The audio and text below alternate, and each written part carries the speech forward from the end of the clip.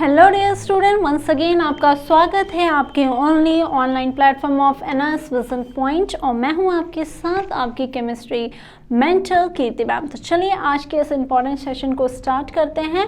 पर before we are going to start with it, हम जान लेते हैं हम बात क्या कर रहे हैं। हम बात कर रहे हैं मॉड्यूल 2 का चैप्टर नंबर 4, और जो चैप्टर डिस्कस कर रहे हैं वो है हमारा बच्चों केमिकल बॉन्डिंग, और उसका लेक्चर नंबर आज है 6। इससे पहले 5 लेक्चर आ चुके हैं, 5 वीडियो ऑलरेडी आप लोगों ने देखा होगा, और नहीं देखा है तो उसको ज़रूर अच्छे से देखिए और कॉपी पेन लेके तैयार हो जाइए, क्योंकि आज हम बहुत ही इंपॉर्टेंट चीज़ को समझने वाले हैं। ठीक है, तो आज का सेशन क्या रहेगा, आज क्या ऑब्जेक्टिव है हमारा, उससे पहले थोड़ा सा रिकैप ले लेते हैं कि पिछले टर्न पे हमने क्या सीखा था। पिछले टर्न पे हमने बात की थी अबाउट वेरी इंपॉर्टेंट थ्योरी, जो बेसिक थ्योरी था ज्योमेट्री डिसाइड करने के लिए कि मॉलिक्यूल की बॉन्डिंग वॉन्डिंग की तो कहानी हमने जान ली, पर उसका शेप और ज्योमेट्री बताइए वो क्या होगा।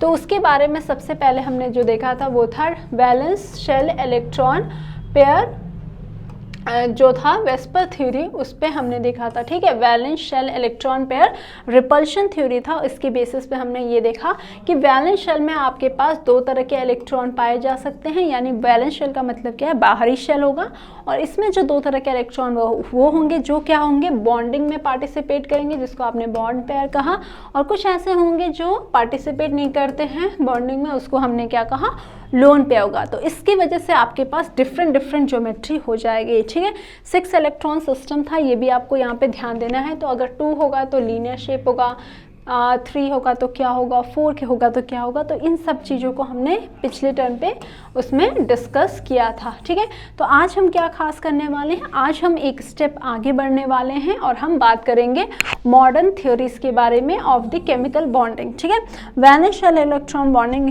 था जो वो वैलेंस शेल इलेक्ट्रॉन के ऊपर बेस्ड था, पर कुछ और भी थ्योरीज थे जो इनको क्या है, जो वैलेंस रिपल्शन थ्योरी से हमें नहीं समझ में आया था, उससे अलग हमको इन थ्योरीज ने हेल्प की थी to understand the geometry more better, और आसानी से और अच्छे तरीके से समझने में हमें हेल्प की थी।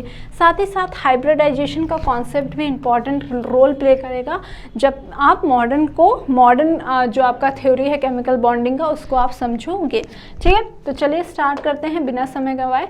तो अगर हम बात करते हैं मॉडर्न थियरी की, तो हमारे पास हमें जो पढ़ना है वो क्या है, ये किसके ऊपर डिपेंड है। तो सिंपल सा जो लॉजिक है वो ये है कि हम लोग ये स्टार्ट किए थे इलेक्ट्रॉन के बारे में, तो पता था कि इलेक्ट्रॉन का जो नेचर है वो हमने क्या है, डुअल नेचर का कॉन्सेप्ट आया था कि वो वेव नेचर भी शो करता है। ठीक है, डी ब्रॉगली इक्वेशन याद होगा आपको। ठीक है, तो डी ब्रॉगली ने इस बात को बताई थी, तो ये चीज़ आपको ध्यान रखना है। तो क्वांटम मैकेनिक्स की बात अगर करें तो इनकी डेवलपमेंट की वजह से atomic structure of 2 or more theories were proposed to explain the bonding between the atoms। ठीक है, क्वांटम मैकेनिक्स के बेसिस पे आपके पास 2 और एडवांस थ्योरीज आई। ठीक है, वेस्पर थ्योरी के अलावा जो और बेहतर तरीके से और सारी चीज़ों को एक्सप्लेन किया था। पहला जो है वो क्या है आपका वैलेंस बॉन्ड थ्योरी, जिसको आप क्या कहते हो, वीबीटी थ्योरी के नाम से जानते हो, और दूसरा जो है वो है आपका मॉलिकुलर ऑर्बिटल थ्योरी, जिसको आप एमओटी के नाम से जानोगे। ठीक है, तो इन सब की हम डिटेल्स 1 by 1 स्टार्ट करेंगे। अभी जो हमने पहले कवर किया था वो हमारा वेस्पर थ्योरी था, उसके बारे में हमने जाना था। ठीक है, तो अभी हम बात करते हैं कि वैलेंस बॉन्ड थ्योरी क्या थी। तो वैलेंस बॉन्ड थ्योरी जो था, सबसे पहले ये तो किस पे बेस्ड था, ये बेस्ड था आपके क्वांटम मैकेनिक्स पे, ये भी आपको चीज़ ध्यान देना है। दूसरी बात, ये थ्योरी जो दी थी वो किसने दी थी, German physicist Walter Heinrich Hitler और फ्रिज वोल्फगैंग लंदन ने दी थी। ठीक है, तो नाम बड़े ही भयानक हैं। कौन कौन से, एक तो हिटलर और दूसरा क्या है, लंदन। तो इनका नाम क्या है, वो हिटलर नहीं है जिन्होंने जर्मनी को पता है बहुत अच्छा किया था, ये दूसरे हिटलर हैं जिनके नाम से अभी भी लोग डरते हैं। ये कौन थे, वॉल्टर हेनरिच हिटलर, और दूसरे थे फ्रिज वोल्फगैंग लंदन। ठीक है, तो इन्होंने इस थ्योरी को एक्सप्लेन किया था, क्या कहा था वो भी हम समझेंगे, और इस थ्योरी को थोड़ा सा और ज़्यादा इम्प्रूव और एनहांस किया गया था बाय लाइनस पॉलिंग। ठीक है, लाइनस पॉलिंग ने इसको और एनहांस किया था by incorporating the concept of hybridisation.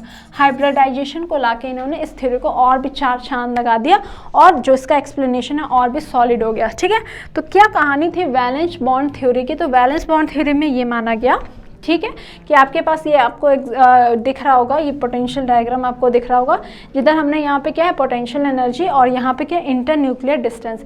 तो इसका मतलब क्या है, ये कह रहा है कि अगर आपके पास 2 हाइड्रोजन के एटम है, ठीक है, 2 हाइड्रोजन के एटम है, तो वो इन्फिनिटी यानी दूर कहीं से आ रहे हैं, ठीक है, वो डिस्टेंस हमने मान लिया है दूर से वो आ रहे हैं, तो वो जैसे जैसे पास आ रहे हैं, ठीक है, तो एक टाइम ऐसा आएगा वो धीरे धीरे क्या आ रहे हैं, वो पास आ रहे हैं, ठीक है, वो पास आ रहे हैं, वैसे वैसे उनकी एनर्जी क्या होगी, डाउन होगी। क्यों एनर्जी डाउन होगी, ये भी तो क्वेश्चन दिमाग में घुस सकता है कि क्यों एनर्जी डाउन हो रही है। तो वो इसलिए हो रही है कि जैसे जैसे वो पास आ रहे हैं वो क्या हो रहे हैं, वो स्टेबल होते जा रहे हैं, ठीक है, क्योंकि उनके बीच में एक बॉन्ड फॉर्म हो रहा है, ठीक है। तो जैसे जैसे वो आएंगे तो एक मोमेंट आएगा जब उनकी एनर्जी सबसे कम होगी। वो समय कब होगा, वो समय आपका तब होगा जब ये क्या होंगे, ये अपने बॉन्ड लेंथ के पास की दूरी पे होंगे, ठीक है, यानी उनका बॉन्ड लेंथ जैसे यहाँ से थे बहुत दूर थे, धीरे धीरे वो आ रहे थे तो उनकी एनर्जी पास हो रही थी, इंट्रैक्शन लग रहा था, और एक समय ऐसा आएगा जब वो अपने बॉन्ड लेंथ के पास पहुँचेंगे, यानी इंटर न्यूक्लियर डिस्टेंस जो आपके 2 न्यूक्लियस के बीच की डिस्टेंस होगी वहाँ तक पहुँचेंगे, और वो सबसे स्टेबल स्टेट होगा। और क्यों स्टेबल होगा, क्योंकि उस टाइम पे एनर्जी क्या होगी, सबसे लो होगी। अगर वो इससे ज़्यादा और पास आएंगे तो उनकी एनर्जी क्या होगी, बढ़ जाएगी। क्या हो जाएगी, उनकी एनर्जी जो हो जाएगी वो क्या हो जाएगी, बढ़ जाएगी। तो आपको ये एनर्जी जो यहाँ पे दिख रहा है वो क्या है, इंक्रीज होते दे रहा है कि अगर बॉन्ड लेंथ से और ज़्यादा इनको पास लाया जाएगा तो ये जो बॉन्ड एनर्जी है वो क्या हो जाएगी, ये जो बॉन्ड एनर्जी है वो आपका क्या होगा, रैपिडली एनर्जी क्या करेगा, इंक्रीज करेगा। स्टेबल कब होगा, जब आपका बॉन्ड लेंथ के पास जो होगा, तो इस समय एनर्जी सबसे क्या होगी, एनर्जी सबसे यहाँ पे मिनिमम होगी। और एनर्जी मिनिमम होगी यानी कि जो मॉलिक्यूल है, हाइड्रोजन एटम जो आपस में अप्रोच कर रहे हैं, एक पास आ रहे हैं, तो जो ये हाइड्रोजन मॉलिक्यूल है ये उस समय ज़्यादा स्टेबल कॉन्फ़िगरेशन में रहेगा, ज़्यादा स्टेबल रहेगा। उसके बावजूद अगर आप उसको और पास लाओगे तो वो क्या हो जाएगा, वो और ज़्यादा क्या हो जाएगा, ओवरलैप हो जाएगा, वो अनस्टेबल हो जाएगा, ठीक है। तो कब तक ये रहेगा, तब तक इसका बॉन्ड लेंथ आपका यहाँ पे अचीव नहीं हो जाता है। तो ये था आपका बॉन्ड वैलेंस बॉन्ड थ्योरी का एक छोटा सा रेप्लिका, मतलब थोड़ा सा एक नॉर्मल जो ग्राउंड लेवल से आपने सीखना था वो आपने यहाँ पे समझा, ठीक है। अब इस वैलेंस बॉन्ड थ्योरी के कुछ पोस्टुलेट थे, ठीक है, कुछ इंपॉर्टेंट पॉइंट्स था जिनको हमें यहाँ पे डिस्कस करना है। सबसे पहली बात क्या है कि यहाँ पे जो बात कही गई, जो आपको ध्यान देना है वो ये है बच्चों कि covalent bond is a formed by overlapping of 2 half filled valence orbital of the 2 different atoms, ठीक है। जो 2 ऑर्बिटल्स यानी कि कह सकते हो कि जो 2 आपके वैलेंस, क्योंकि यहाँ पे देखो क्वांटम मैकेनिक्स आ गया था तो आपके पास ऑर्बिट का आप कॉन्सेप्ट नहीं चल रहा था, अब क्या बात चल रही थी, ऑर्बिटल्स की। तो ऑर्बिटल्स आपको पता है क्या है, 3D स्पेस है और इसमें क्या आपके S, P और D और F, स्पाइडरमैन, हाँ स्पाइडरमैन नहीं, क्या है SPDF आपका इसका रोल आ जाता है। तो इनके बीच में 2 एटम के ऑर्बिटल्स के बीच में, ठीक है, जो इंट्रैक्शन है या ओवरलैपिंग है, ओवरलैपिंग जो हो रही है वो जो था वो किसका था, वो डिपेंड कर रहा था किस पे, वो इसका पहला पोस्टुलेट था। यानी covalent bond is formed, covalent bond को डिफाइन किया गया कि वो किसके बाद, overlapping of 2 half filled valence atomic orbital. जब एटॉमिक ऑर्बिटल के वैलेंस ऑर्बिटल आपस में ओवरलैप करते हैं तब आपका कोवलेंट बॉन्ड का फॉर्मेशन होता है। दूसरा, the electrons in the overlapping orbital gets paired and confined between the nuclei of 2 atom, ठीक है। तो वही अभी हमने कंडीशन देखा था, जो अभी हमने डायग्राम देखा था उसमें यही देखा कि अगर आपके पास ये पोटेंशियल एनर्जी है और यहाँ पे आपका डिस्टेंस है, इंटरन्यूक्लियर डिस्टेंस है, तो अगर आपके 2 हाइड्रोजन एटम कहीं दूर से आ रहे हैं तो धीरे धीरे वो आ जाएंगे अपने पास, क्लोज होते जाएंगे और क्लोज होते होते एक ऐसा टाइम आएगा कि वो अपने बॉन्ड लेंथ को अचीव करेंगे और उसी समय एनर्जी क्या होगी, सबसे मिनिमम होगी, यानी वो सबसे स्टेबल स्टेट होगा।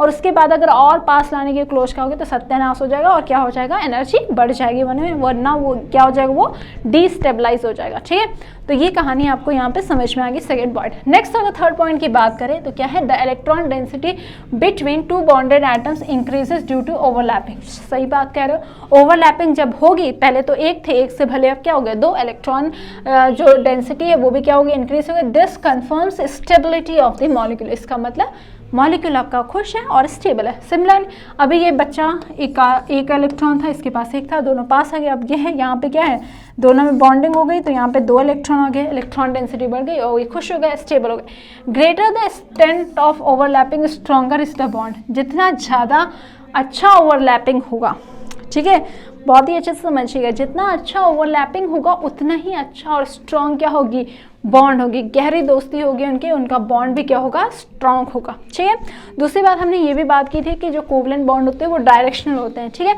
नेक्स्ट यहाँ पे क्या है, the direction of the covalent bond is along the region of overlapping of the atomic orbital, that is covalent bond is directional. तो ये बात तो मैंने आपको जब हमने कोवलेंट बॉन्ड का वीडियो डिस्कस किया था वहाँ पे भी डिस्कस किया था कि जो हमारा कोवलेंट बॉन्ड होता है वो होता है कैसा, डायरेक्शनल होता है। ठीक है, तो क्योंकि यहाँ पे क्या होता है, sharing of electron, covalent bond होता क्या है, शेयरिंग ऑफ इलेक्ट्रॉन होता है।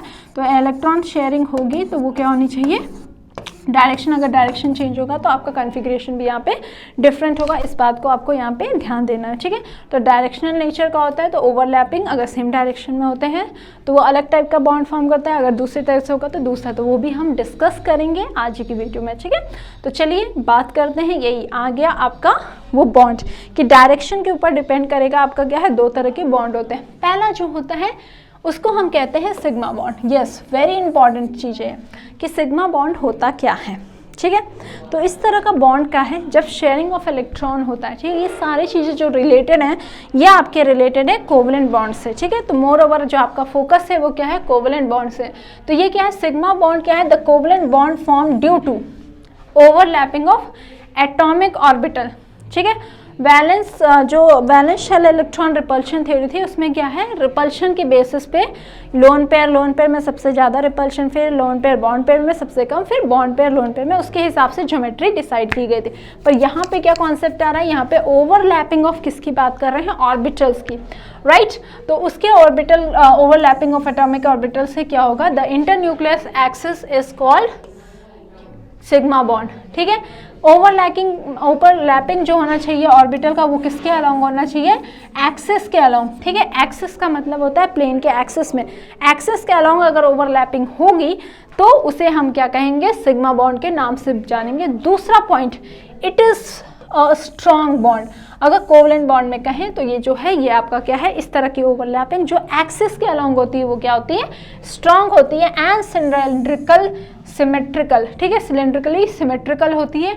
Depending upon the types of overlapping sigma bond is divided into following types. तो आपको अब यहाँ पे कॉपी पेन लेके बड़े अच्छे से ध्यान से इसको समझना है और एकदम अलर्ट मोड में रहना है कि क्या मैं कह रही हूँ और उसके साथ साथ इसको नोट भी करना है। ठीक है, तो आपका जो सिग्मा बॉन्ड है वो कैसे किसके बीच में फॉर्म हो रहा है ये भी आपको समझना है। तो पॉसिबल क्या है, पहला तो ये कि सिग्मा बॉन्ड क्या है, एस एस के बीच में कभी भी ओवरलैपिंग होगा तो वो क्या बनाएगा, सिग्मा बॉन्ड बनाएगा। तो यहाँ पे हमारे पास एक एस ऑर्बिटल है और एक एस। एस का मैंने शेप आपको बताया था किस तरह का होता है, स्फेरिकल शेप होता है। तो जब ये आपस में बॉन्ड बनाएंगे, ठीक है, ओवरलैप करेंगे तो इनके पास क्या होगा, इस तरह का होगा। तो ये जो बॉन्ड फॉर्म करेगा ये क्या करेंगे, इसी को हम से क्या लिखते हैं, सिग्मा एस एस, यानी सिग्मा बॉन्ड होगा। यानी जब भी आपका एस एस ओवरलैपिंग होगा ये क्या कहते हैं, एस एस ओवरलैपिंग, इसको क्या कहते हैं, एस एस ओवरलैपिंग कहा जाता है। क्या, एस ऑर्बिटल ओवरलैप कर रहे हैं तब सिग्मा बॉन्ड होगा। जब आपका सिग्मा और पी, सिग्मा बॉन्ड तब भी फॉर्म होगा जब आपका एस ऑर्बिटल और पी भी अलोंग द एक्सिस क्या करेगा, ओवरलैप करेगा। तो यहाँ पे एक क्या है, एस ऑर्बिटल है और दूसरा जो आपको दिख रहा है ये क्या है, डम्बल शेप जो होता है वो पी ऑर्बिटल होता है।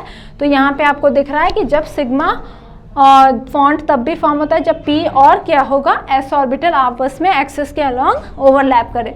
ये दूसरा पॉइंट हो गया। ठीक है, इसको हम क्या कहेंगे, सिग्मा कैसा है, एस और पी के बीच का बॉन्ड है। ठीक है, तीसरी पॉसिबिलिटी क्या है, सिग्मा पीपी बॉन्ड। ये कब होगा, ये तब होगा जब दो सिग्मा दो पी ऑर्बिटल एक्सिस के अलोंग ओवरलैप करेंगे। ठीक है, तो हम कह सकते हैं जब एक्सियल ओवरलैपिंग होता है तब किस तरह का बॉन्ड का फॉर्मेशन होता है, तब होता है सिग्मा बॉन्ड का। तो ये आपका क्या है बच्चों, ये आपका है पी ऑर्बिटल। पी ऑर्बिटल का एक इलेक्ट्रॉन और यहाँ पे भी एक और पी ऑर्बिटल है, इसका भी एक इलेक्ट्रॉन।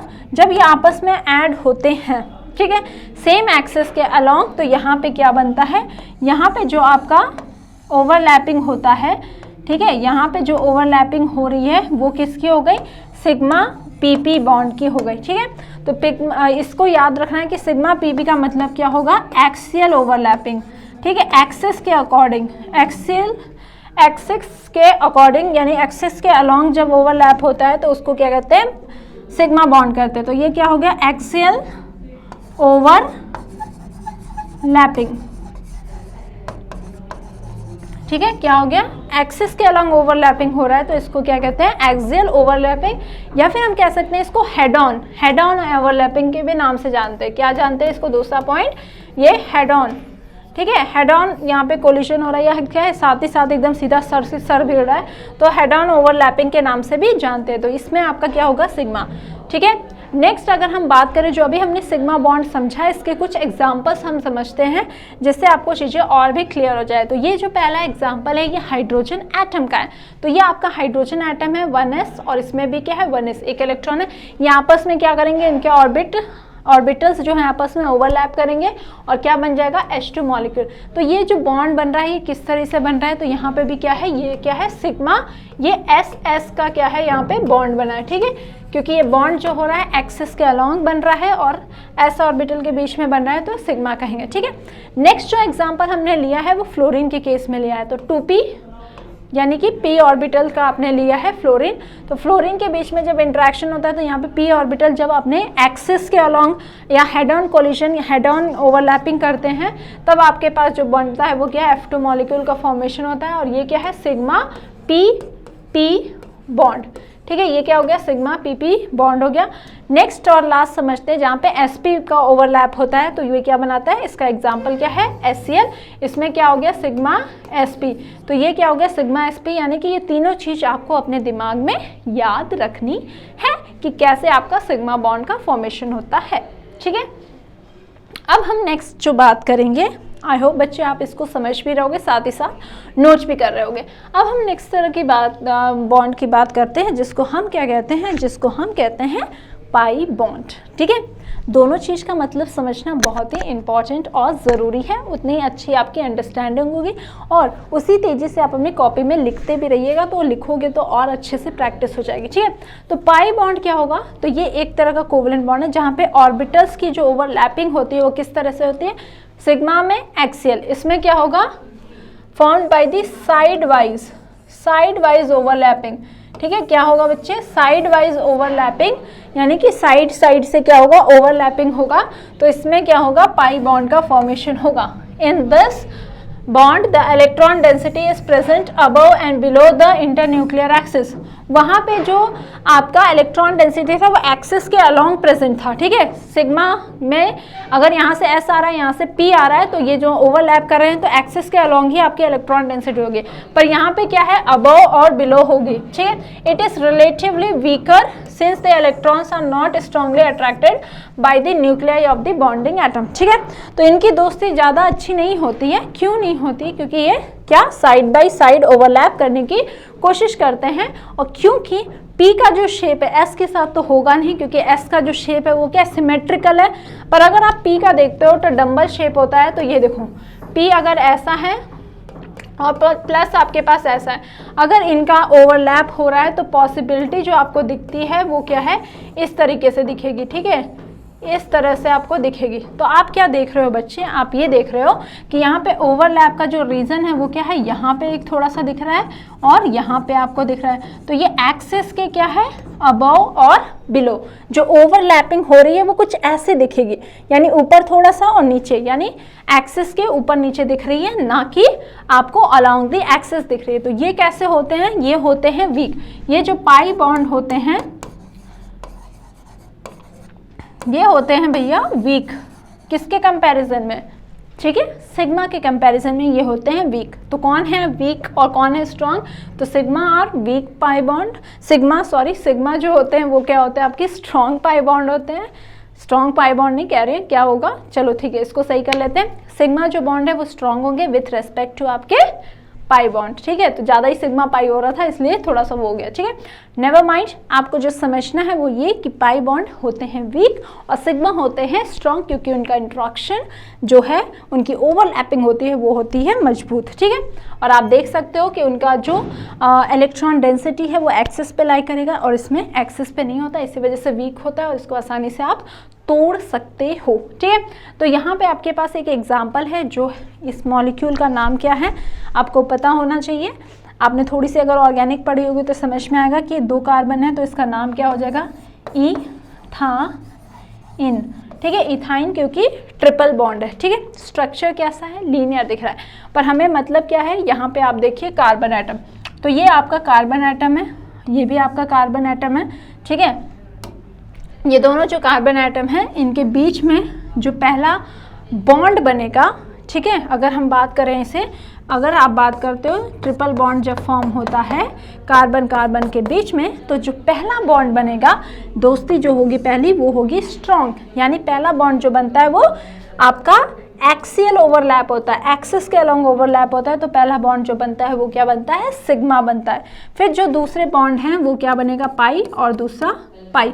यानी कि अगर आपसे पूछा जाए ट्रिपल बॉन्ड में कितने सिग्मा कितने पाई, तो एक सिग्मा दो क्या हो जाएंगे, पाई हो जाएंगे। ऐसे ही अगर डबल बॉन्ड है आपका कार्बन कार्बन के बीच में और हाइड्रोजन यहाँ पे लगा हुआ है बच्चों, तो यहाँ पे पहला सिग्मा होगा और दूसरा क्या होगा, बॉन्ड। तो मेन बात जो आपको ध्यान रखना है कोवलेंट बॉन्ड में कि पहला बॉन्ड जो भी बनेगा वो क्या बनता है, अगर मल्टीपल बॉन्ड्स हैं तो पहला बॉन्ड सिग्मा बनेगा, उसके बाद पाई का फॉर्मेशन है। ये नहीं कि पहले पाई बन जाएगा फिर सिग्मा, नेवर, ठीक है। तो यहाँ पे आपने देखा गया, यहाँ पे क्या पाई पी पाई आपका क्या है, यहाँ पे बॉन्ड का फॉर्मेशन हो रहा है, और यहाँ पे हाइड्रोजन से हाइड्रोजन जुड़ा हुआ है, और यहाँ पे क्या है, ट्रिपल बॉन्ड आपको ये दिख रहा है। तो पहला आपका क्या होगा, सिग्मा बॉन्ड, ठीक है।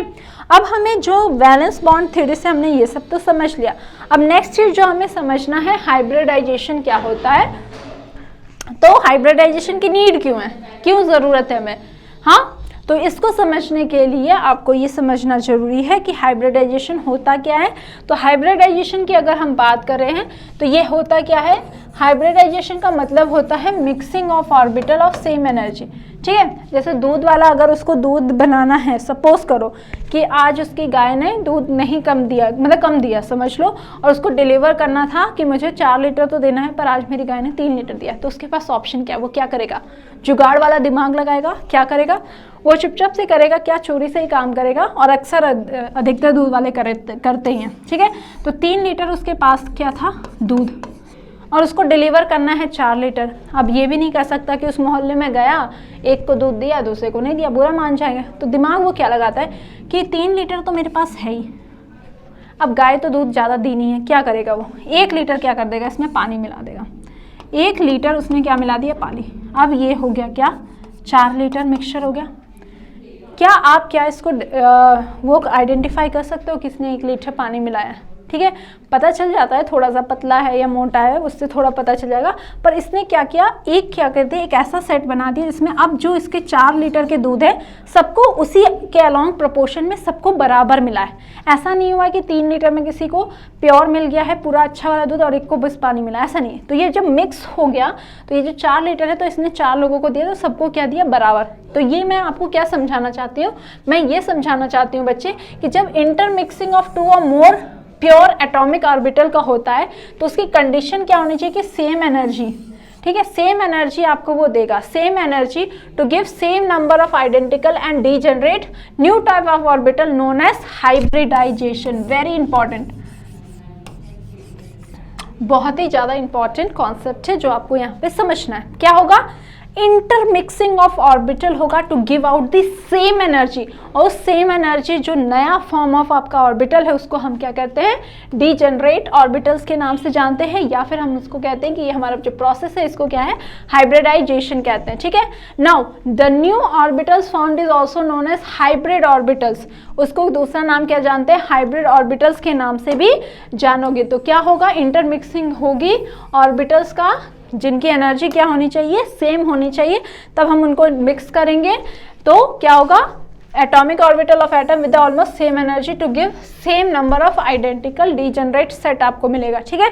ये बात आपको समझ में आ गई। दूसरी क्या, what are the requirement for the atomic orbital to undergo hybridisation, ये तो आपने मैम बता दिया कि हाँ ऑर्बिटल को जिनकी एनर्जी क्या होगी, लगभग सेम होगी, उनको हम क्या करेंगे, इंटरमिक्स करेंगे और एक सेम एनर्जी का आपको क्या मिल जाएगा, ऑर्बिटल्स नहीं मिल जाएंगे जिनको आपने हाइब्रिड ऑर्बिटल्स का। पर क्यों जरूरी है, क्या रिक्वायरमेंट है जो फुलफिल करेगा तभी होगा। तो क्या होगा, the atomic orbitals of the same atom always same energy, जिनकी एनर्जी लगभग क्या है, सेम है, उनको बस हाइब्रिडाइजेशन में हम पार्टिसिपेट करवा सकते हैं, ठीक है, उन्हीं को आप हाइब्रिडाइजेशन में करोगे, पार्टिसिपेट करवाओगे। द फुलफिल्ड और हाफ फिल्ड और even empty orbitals can go undergo hybridisation provided that they all have equal energy, ठीक है। तो कंडीशन क्या है बच्चे, कंडीशन यही है कि mixing of orbital, mixing of orbital of nearly same energy, है ना, नियरली सेम एनर्जी,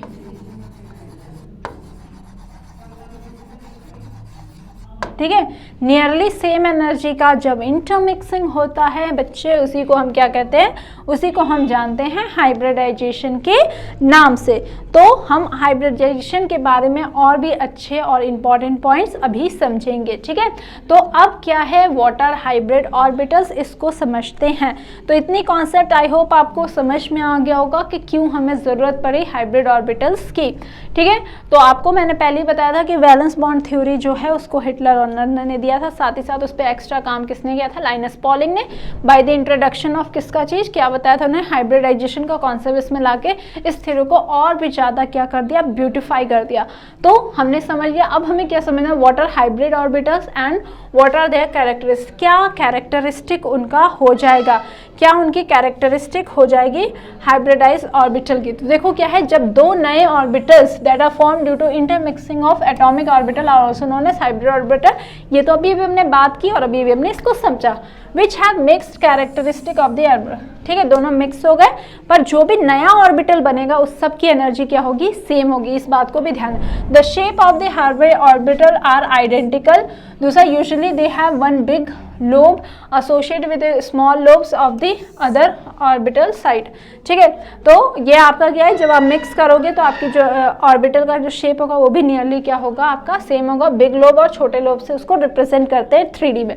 नेक्स्ट अगर बात करें तो the hybrid orbitals are degenerate, degenerate का मतलब क्या है कि उनकी एनर्जी क्या होनी चाहिए, सेम होनी चाहिए, they have associated with the same energy. तो डीजेनरेट वर्ड भी अगर कभी बोला जाता है तो इसका मतलब समझना है किससे, सेम एनर्जी से, ठीक है।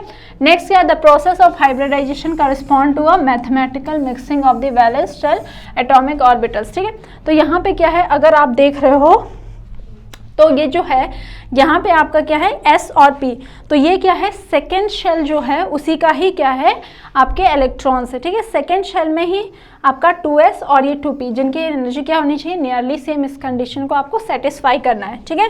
तो ऑफ बाउ वाला जब हमने पढ़ा था तो वहाँ पे हमने देखा था कैसे आपके एनर्जी के हिसाब से आपका क्या है, अगर एक ही सिस्टम है तो आपका एनर्जी कैसे एसोसिएटेड है उसी के अकॉर्डिंग आप इलेक्ट्रॉन्स की फिलिंग करते हो। तो यहाँ पे क्या है 2s 2 है और ये 2p 2 है, तो जब ये आपस में मिक्स होंगे अलग अलग एनर्जी लेवल का जो नियरली सेम है उससे जब मिक्स होंगे तो एक नया एनर्जी स्टेट बनेगा जिसका नाम क्या हो जाएगा बच्चे, इसका नाम हो जाएगा sp3, ठीक है, sp3 हो जाएगा। और इन सब की एनर्जी लेवल, इसको भी थोड़ा सही कर लेते हैं, ठीक है। तो sp3 एक मिनट, क्या हो रहा है बच्चे समझना, ये 2 था, जब ये इलेक्ट्रॉन यहाँ पे जंप करेगा तो ये यहाँ पे आ जाएगा, तो अब आपकी जो हाइब्रिडाइजेशन हो जाएगी वो क्या है S और P आपका 3। तो जब आपका मिक्स होके हाइब्रिडाइज होके जो हाइब्रिड ऑर्बिटल मिलेगा वो कितने मिलेंगे, तो वो कितने मिलेंगे 1 2 3 4, तो ये देखो 1 2 3 4 और सब क्या है sp3 sp3 sp3 sp3, इसीलिए ये क्या हुआ क्योंकि s और p के 3 ऑर्बिटल लगे हैं तो इसीलिए इसका हाइब्रिडाइजेशन जो हो गया वो क्या हो गया sp3 और सबकी एनर्जी क्या होनी चाहिए, सेम होगी, ठीक है। तो आई होप आपने इतना सारा अच्छे से इसको समझ लिया होगा कि हाइब्रिडाइजेशन क्या है, हाइब्रिडाइजेशन की कंडीशन क्या होती है, और इसके बाद और भी बेहतरीन चीज़ है जो हम आने वाले अगले वीडियो में पढ़ेंगे। तो आज के लिए बस इतना, आपने आई होप सब कुछ समझा होगा, साथ ही साथ इसको प्रॉपरली नोट डाउन भी किया होगा और रेगुलर स्टडी भी कर रहे होगे।